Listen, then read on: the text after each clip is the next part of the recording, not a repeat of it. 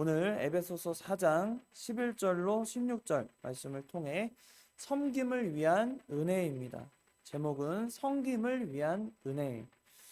우리 지난 시간부터 은혜 시리즈 한다고 했잖아요. 제가 3시간 정도 다음 주까지 이어서 하려고 준비를 하고 있는데요. 오늘 두 번째 시간으로 섬김을 위한 은혜입니다. 은혜는 우리에게 힘이 된다고 지난주 말씀을 드렸습니다. 생명의 증거가 되고 그 풍성한 그 은혜로 말미암아 우리에게 선물로 주어진 그 은혜는 우리로 하여금 그 선한 일을 하도록 역사하신다. 그래서 이 은혜라는 것이 무엇인지에 대해서 지난 시간 우리가 아주 잘 배웠습니다. 그러시죠? 잘 배우셨죠? 은혜가 무엇인지에 대해서 우리가 지난 시간 잘 배우셨어요. 모르겠다 하면 어떻게 하셔야 돼요? 은혜가 무엇인지 모르겠다. 그러면 지난주 영상을 제가 어제 또 올려놨습니다. 그래서 자주 보시고 또 다시 한번 또 은혜 받는 그런 시간을 스스로 좀 잘 만드시면 좋겠어요. 그래서 지난 시간은 은혜가 무엇인지 또 왜 그 은혜가 우리에게 힘이 되는지에 대해서 이야기를 했는데요. 오늘은 두 번째 시간으로 이 은혜라는 것이 우리가 은혜를 받는다는 것이 어떤 의미이고 또 우리가 은혜를 받아서 어디에 어떻게 쓸 것인가에 대한 문제를 오늘 이야기하려고 합니다. 그래서 섬김을 위한 은혜라는 제목으로 말씀을 드립니다.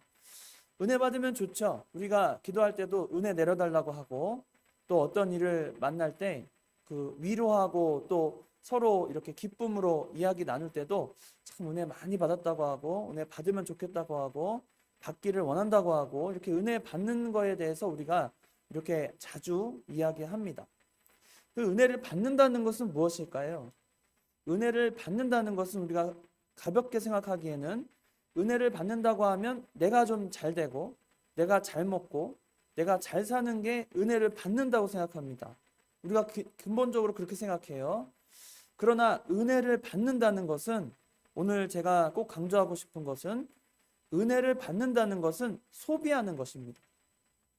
하나님 앞에 은혜를 받는다는 것은 소비하는 거예요. 써야 한다는 겁니다.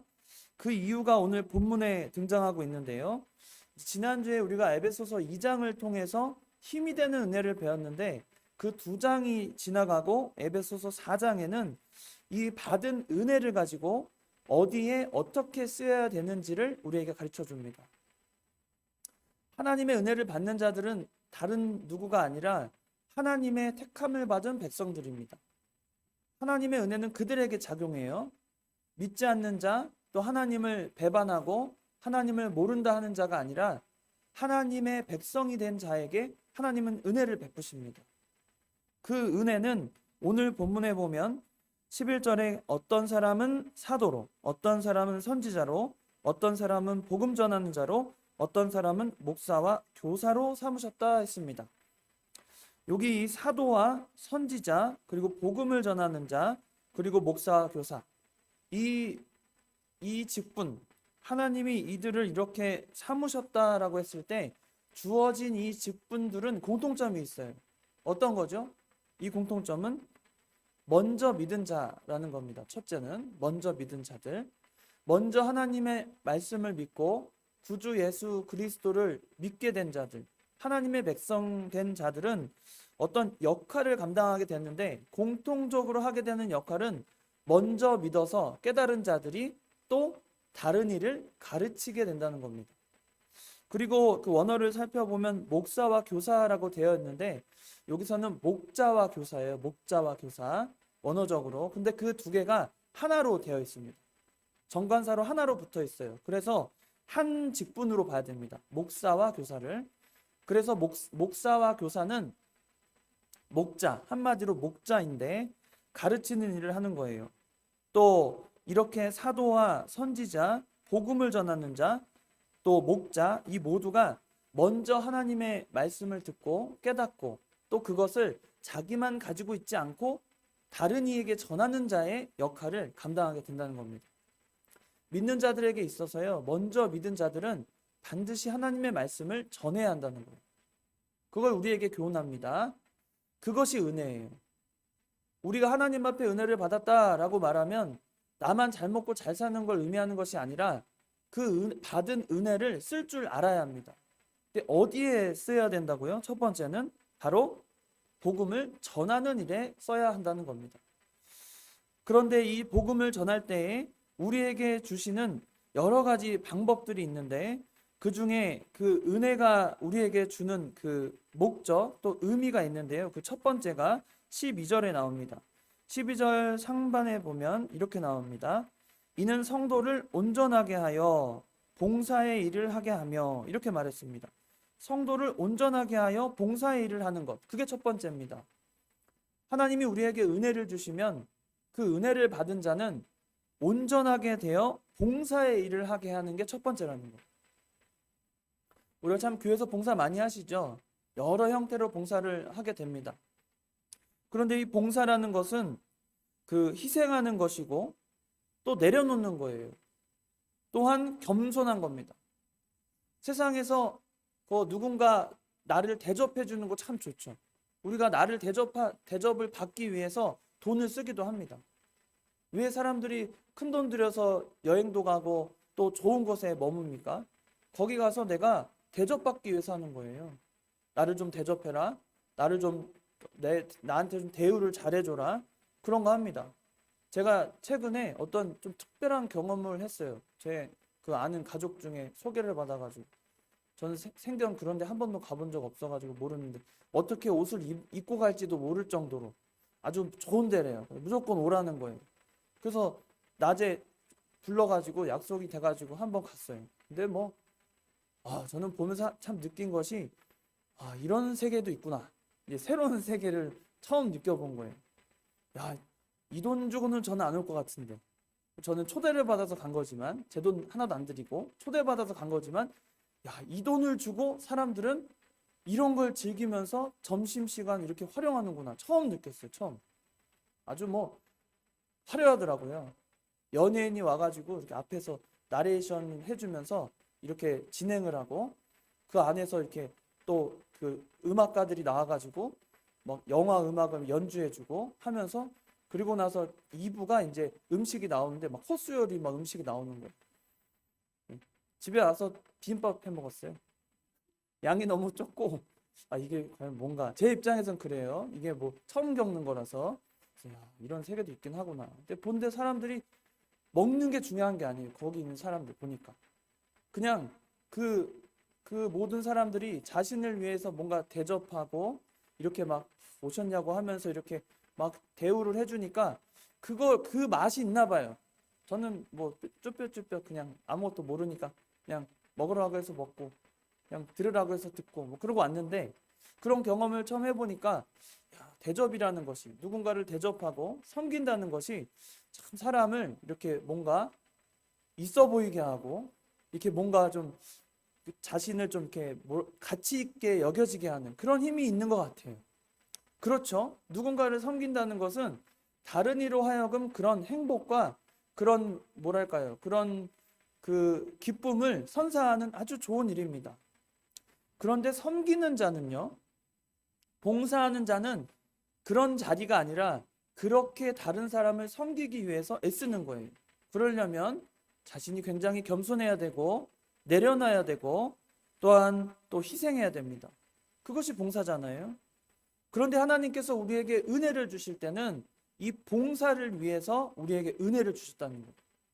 우리가 하나님 앞에 많은 은혜를 받으면 받을수록 뭐 해야 되냐면 내가 높아지는 것이 아니라 내가 자라나고 내가 드러나는 것이 아니라 오히려 더 겸손하고 오히려 더 내가 하나님 앞에 내려놓고 또 희생하고 다른 사람을 존중하고 그래야 한다는 겁니다. 우리가 사도행전 잘 아는 본문 있잖아요. 사도행전 20장 35절에 보면 주는 게 더 복이라고 그랬어요. 또 받는 게 더 복이라고 그랬어요. 주는 것이 받는 것보다 더 복이라고 그랬잖아요. 우리가 그 말 참 잘 알아요. 그래서 더 주고 더 전해주고 더 드리고 더 섬겨야 되겠다. 그런 마음이 들잖아요. 그런데 우리가 실제로 우리 마음속에는 그런 마음보다도 나를 누가 좀 섬겨줘야지 말이야. 그런 마음이 우리 마음속에 가득할 때가 참 많아요. 순간순간 들 때가 많습니다.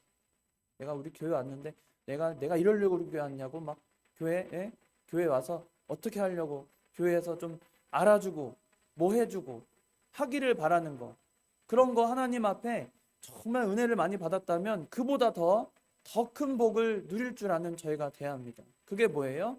주고 봉사하는 일입니다. 그래서 보면 우리 권사님들을 보면 제가 하나 늘 배우는 게 있어요. 우리 권사님들은 다른 데 가면 대접받을 만 해요. 어디 가서 아우 나이도 있고 우리 권사님들 뭐 어디 가서 내가 편안하게 그냥 있으면 알아서 그냥 다 알아서 가져오고 막 그럴 분들 많은데, 대부분 다 전체가 다 그러신데 우리 교회만 오면 그냥 섬겨야 돼.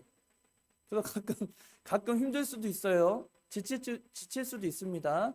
그런데 그것이 뭐냐면 하나님이 우리에게 주신 은혜라는 거예요. 하나님이 우리에게 내려주신 은혜가 있기 때문에 우리가 내가 하나 더 해야지, 내가 하나 더 닦아야지, 내가 하나 더 의자 정리해야지, 내가 하나 더 청소해야지, 그렇게 하는 거예요. 그게 뭐예요? 은혜라는 거예요. 은혜 받은 증거라는 거예요. 그런 은혜가 없이는 우리가 봉사할 수 없습니다. 은혜는 소비예요. 제가 서두에 말씀드렸죠. 은혜는 써야 되는 겁니다.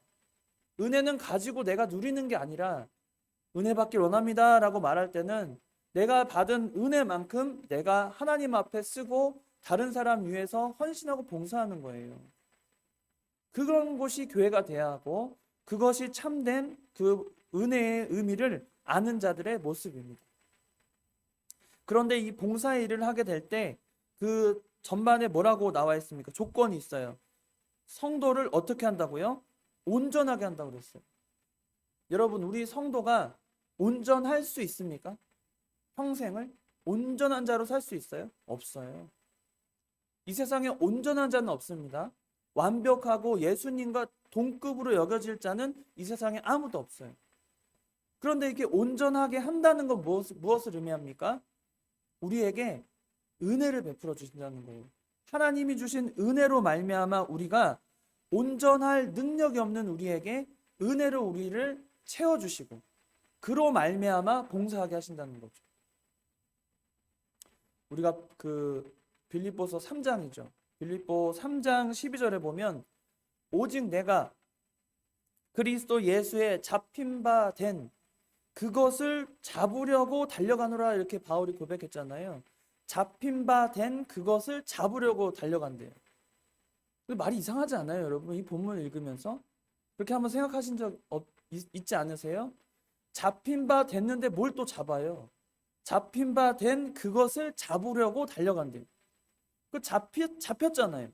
그러니까 우리가 잡혔다는 얘기예요. 잡혔는데 잡힌 바 된 그것을 우리가 잡으려고 달려간대요.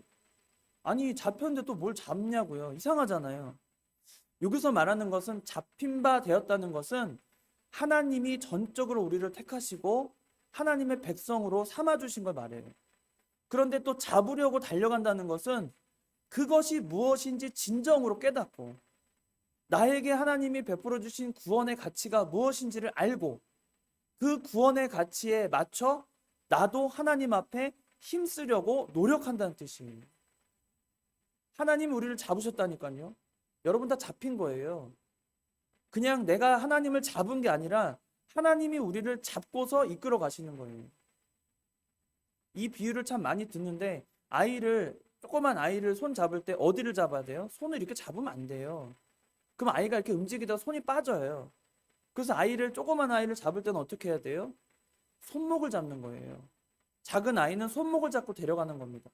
안 그러면 손을 잡았다가는 이렇게 풀리고 잘못하면 미끄러져요. 손목을 잡는 거예요. 이건 뭐예요? 잡히는 거예요. 우리가 구원을 받은 것은 하나님의 전적인 은혜로 우리를 잡아서 하나님의 구원의 세계, 천국으로, 또 하나님의 은혜의 그 바다로 우리를 이끌어 가시는 거예요. 완벽하게 하나님의 역사입니다. 그런데 그 일이 얼마나 우리 인생 가운데 가치가 있고 귀한 것인지를 깨닫는 것은 우리가 달려나갈 일이고 잡아야 되는 일이라는 거예요. 우리가 우리를 받길 원합니다. 은혜를 또 받아서 그걸 누리길 원합니다 라는 말은 이 가치를 깨닫고 하나님 앞에 그 은혜를 명확하고 합당하게 쓰임받는 것, 그것이 우리에게 주신 사명이라는 거예요. 그래서 각자가 역할이 있어요. 교회는 그런 곳입니다. 그럼 왜 교회를 왜 이렇게 세우셨을까?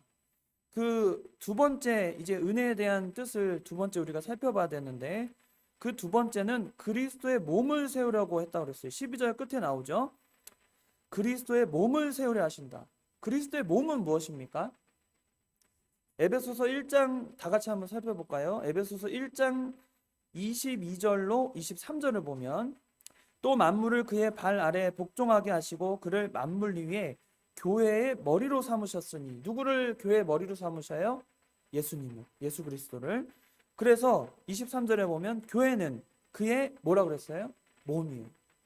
그러니까 교회는 그리스도의 몸이 되는 거예요. 그리스도의 그 교회의 머리는 또 누구예요? 그러면 예수 그리스도가 되는 거죠. 그래서 이 본문을 통해 에베소서 4장 12절 끝에 나오는 그리스도의 몸은 교회를 세우는 거예요. 우리가 하나님 앞에 은혜를 받으면 교회를 세우는 일을 해 나가야 된다는 겁니다. 근데 여러분 생각해 보세요. 교회를 세운다는데, 아니 교회가 도대체 뭐길래 교회를 세우는 겁니까? 교회가 도대체 여러분에게 뭔가요? 도대체 교회는 뭐예요? 그냥 이렇게 건물이 있고 앉을 자리가 있고 그냥 이곳인가요? 그냥 여름에 시원하게 그냥 에어컨 틀어놓고 그냥 이런 곳? 그냥 그 더위를 식히는 곳? 그런 곳이 교회의 의미인가요? 아니에요. 우리는 교회의 가치를 분명히 알고 하나님으로부터 받은 은혜를 가지고 어떻게 이 교회를 세워나갈지 노력해야 됩니다. 교회의 가치는 마치 보화를 깨닫는 것과 같아요. 그래서 마태복음 13장 44절에 보면 그 천국 비유가 세 가지 나오는데, 13장에 천국 비유 중에서 그 밭의 보화 이야기가 나오죠. 어떤 사람이 밭에서 보화를 발견해요. 그리고는 자기 소유를 팔아서 그 밭을 산다고 그랬잖아요. 그 보화 때문에 그 밭을 산 거예요.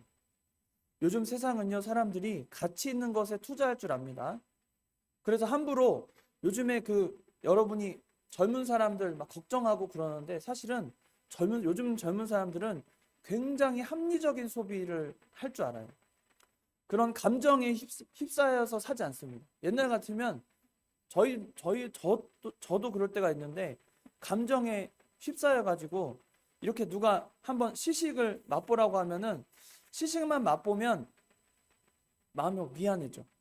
그죠? 마트에 가서 뭐 시식 마음이 미안해져. 그래서 이거 사줘야 돼. 그런 생각 들잖아요. 보통 그래요. 좀 맛보여주면 그냥 내가 그냥 맨입으로 먹고 가는 거 이거 지금 예의가 아니라고, 그런 생각이 먼저 들어요. 근데 요즘 시대는 그렇지 않아요. 합리적으로 생각합니다. 그런 감정에 휩싸여서 소비하지 않아요. 그래서 오히려 젊은 사람들이 굉장히 합리적인 소비를 굉장히 따지고, 가성비, 요즘에는 가심비라고 할 정도로 그 마음에 들지만 그게 과연 내 생활에 필요하고 내 소비에 맞는 건지를 철저히 따져가지고 아주 가성비 소비 잘하는 젊은이들 많아요. 좀 배울 점이 있어요. 그런 면에 있어서는 감정에 막 휘둘리지 않고 그렇거든요. 우리는 가치 있는 것에 투자할 줄 알아요. 교회는 그런 곳이 돼야 합니다. 교회의 가치를 깨달으면, 또 우리가 은혜를 받았으면 그 교회가 세워지는 일에 우리는 투자할 줄 알아야 돼. 그 가치에 우리는 힘을 쏟을 줄 알아야 되는 거예요. 교회가 도대체 어떤 곳이기 때문에, 교회는 하나님의 백성들이 모이는 곳이고, 그 안에서는 하나님의 말씀이 선포되고 그 말씀을 순종하는 자들로 하여금 세상의 빛의 역할을 감당하는 곳입니다. 빛과 소금의 역할을 감당해야 돼요. 교회가 모범이 돼야 한다는 겁니다. 아무리 세상이 악하다고, 아무리 세상에 사랑이 없다고, 싱겁고 잔인하고, 또 세상은 아주 이기적이고 또 물상식하고 그렇다고 해도 마지막까지 남아서 진실되며 성실하고 세상의 빛과 소금의 역할을 감당해야 될 곳은 교회밖에 없어요. 우리가 왜 애써서 교회에 나옵니까? 왜 우리가 이 피곤한 시간에 왜 교회에 나와서 주님 앞에 말씀을 듣고자 합니까? 우리의 믿음 하나하나, 구원에 대해서는 단체 구원이 아니잖아요. 내 믿음이 있어야 구원받는 거잖아요. 내 각자의 인격적으로 하나님을 만나야 구원받는 거잖아요. 그렇죠? 그런데 그런 자들이 모여서 하나님 앞에 세상을 밝히는 빛과 소금의 역할을 감당하려고 교회를 세우게 되는 거예요. 그러니 교회는 그만큼 가치 있는 곳이 돼야 하고 그 가치를 알아주는 자들이 그 은혜를 쏟아야 하는 곳이 마땅한 겁니다. 우리 교회가 그런 교회가 되어야 돼요. 우리가 그리스도의 몸을 세우는 일을 하는 겁니다. 교회를 세우는 것은, 그래서 교회는 힘들면 안 돼요. 그래서 교회는 힘들면 안 됩니다. 늘 넉넉하고 늘 풍성하고 늘 그래야 돼요. 그렇게 되기를 우리가 고대하면서 애쓰는 것, 은혜를 쏟아내는 것, 그것이 바로 교회가 돼야 하는 것. 우리 교회가 그리스도의 몸, 그 교회를 세우는 교회가 돼야 할 것입니다. 세 번째, 은혜를 받은 우리는 이제 그 은혜를 가지고 자라나고 요동하지 않게 하신다고 그랬어요. 13절, 14절에 보면 우리가 다 하나님의 아들을 믿는 것과 아는 것에 하나가 되어 온전한 사람을 이루어 그리스도의 장성한 분량이 충만한 데까지 이르리니 이는 우리가 이제부터 어린아이가 되지 아니하여 사람의 속임수와 간사한 유혹에 빠져 온갖 교훈의 풍조에 밀려 요동하지 않게 하려 함이라. 이게 세 번째예요. 그리스도에까지 자라나고 그리고 요동하지 않게 하는 것입니다. 세상은 가치 있는 것에 투자한다고 그랬잖아요. 그래서 사람들은 생각이 정해지면 그 생각에 맞춰서 행동합니다. 왜 우리나라에 단체들이 이렇게 많은지 아세요? 별개 협회가 엄청 많아요, 우리나라에. 그러니까 다 한 자리 하고 싶은 마음이. 뭔가 생각이 이렇게 자기가 하는 생각이 이렇게 많아지잖아요. 왜 우리나라 그 유튜버들이나 이런 그 영상을 제작하는 사람들이 전 세계적으로 굉장히 그 구독자가 많잖아요. 우리나라 특별히 또 많거든요. 근데 왜 그런지 아세요? 사람들은 한 가지 자기 생각이 옳은 게 있으면 그것을 동조하는 사람들을 이렇게 끌어모아서 꼭 한 자리 하고 싶어요. 앞서 나가서 뭔가 이렇게 만들어내서 그 자기 목소리를 높이는 거 좋아합니다. 근본적으로 사람이 그런 마음이 있어요. 뭔가 자기 뜻에 동조하는 사람들을 하나로 모아서 이렇게 목소리를 높이는 거 좋아합니다. 굉장히 좋아해요. 우리나라에 그런 거 굉장히 많이 발전되어 있잖아요. 그래서 별 협회 뭐 그런 거 단체가 엄청 많아요. 참 듣도 보도 못한 협회. 무슨 협회 무슨 협회. 다 그게 옳다고는 말하지 못하겠지만 그런 거예요. 사람들은 그런 거 좋아합니다. 자기 목소리 좋아합니다. 그런데 자라나는 거, 우리 믿음 안에서 자라난다는 것은 그런 게 아니에요. 그냥 똘똘 뭉쳐서 하나가 되고 막 으쌰으쌰 하고 뭐 자기 뜻을 그 관철시키고 그런 걸 의미하는 것이 아니라 우리 각자가 하나님 앞에 은혜를 받은 것을 가지고 집중하고 분별해서 요동하지 않고 흔들리지 않는 믿음으로 자라나는 걸 말하는 거예요. 세상에는 생각이 너무 다양해서 서로 다 존중해 주기를 원합니다. 그래서 누구 단체를 함부로 말하면 막 무서운 세계가 됐잖아요. 어떤 단체 막 비판하면은 한쪽에서는 그걸 반대하는 사람들이 막 으쌰으쌰 일어나고 서로 막 이렇게 부딪힙니다. 물론 진리의 면에서 우리가 분별할 필요가 있지만 뭐 막 비난하고 막 극단으로 몰아가는 세력이 얼마나 많아요. 그런 곳에 빠지지 않고 우리는 요동하지 않는 그런 믿음을 가져야 한다는 거예요. 히브리서죠.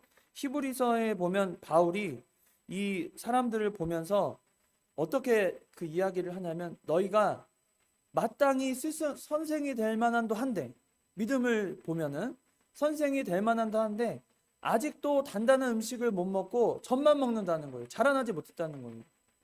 젖은 누가 먹습니까? 젖은 아이가 먹는 거예요. 커서는 젖을 먹어서는 힘이 안 나요. 단단한 음식을 씹을 줄도 알아야 되고 또 먹을 줄도 알아야 되고 골고루 영양을 또 흡수해야 사람이 자라나고 건강해지는 겁니다. 그냥 단순히 그 먹는 걸로 안 돼요. 그래서 조심해야 되는 게 음식 먹을 때 우리가 그 야채도 요즘에 얼마나 간편한 그 야채 주스 같은 게 얼마나 많아요. 그렇죠?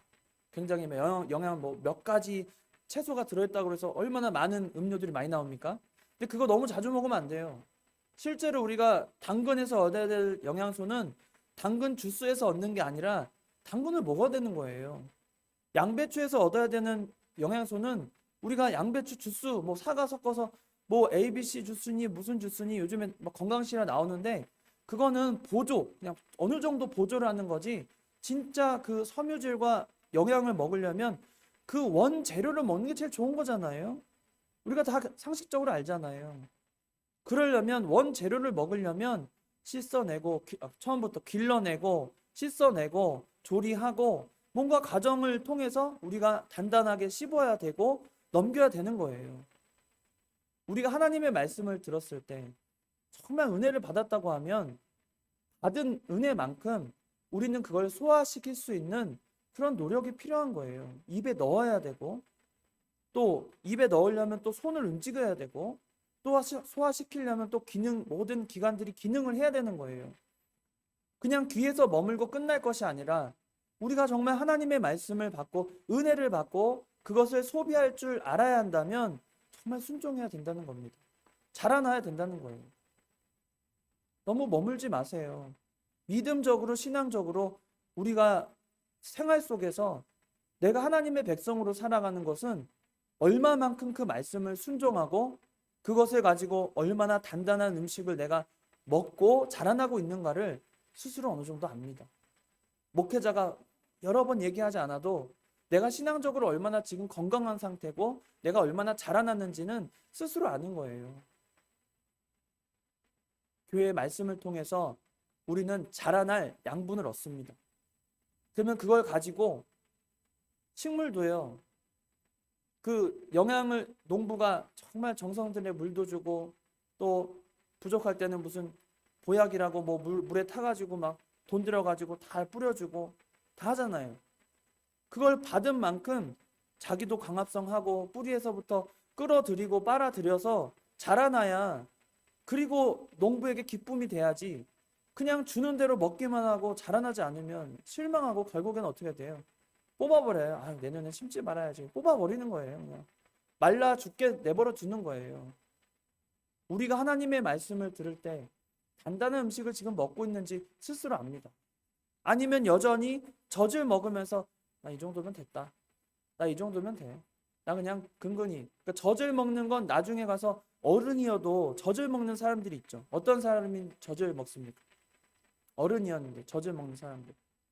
자기 스스로 움직이지 못하고 침상에 누워있는 자는 젖을 먹어요. 다른 건 못 먹잖아요. 누군가 해줘야 되니까 그냥 링겔 꽂고 아니면 그냥 영양가 있는 그 무슨 죽으로 된 거 그냥 그거 맞으면서 밥 먹었다 하고 있어요.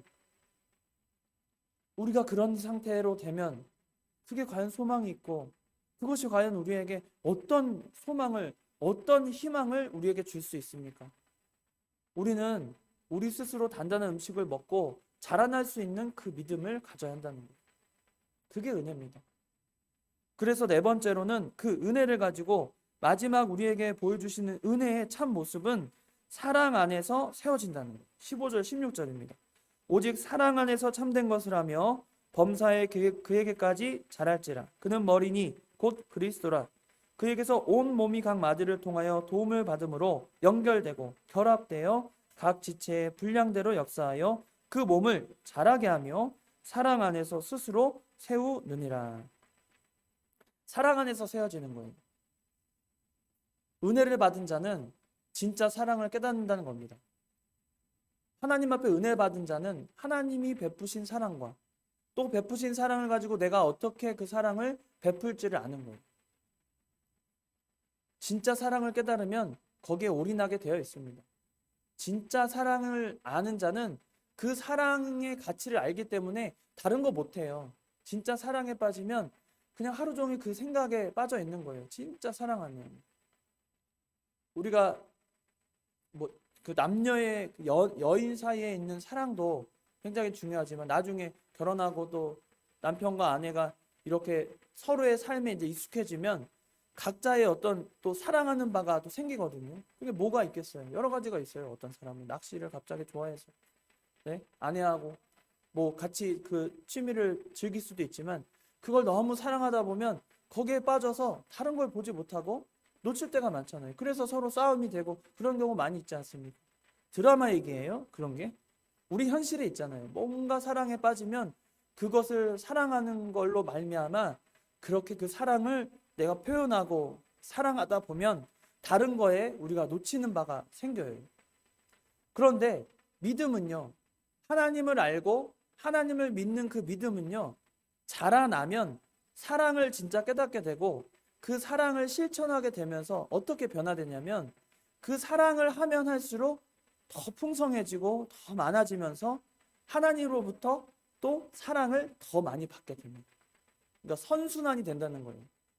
그냥 내가 하나에 꽂혀서 거기에 사랑에 빠져서 또 거기에 완전 목숨을 걸듯이 애정을 다 쏟아부으면 우리는 지치고 또 실패하고 누군가에게 손해를 주지만 믿는 자들이 하나님을 깨닫고 그 은혜에 감사해서 진짜 사랑을 깨달으면 그 사랑 안에서 행하는 모든 것은 다시 선순환이 되어서 더 풍성한 은혜로 우리에게 채워진다는 거예요.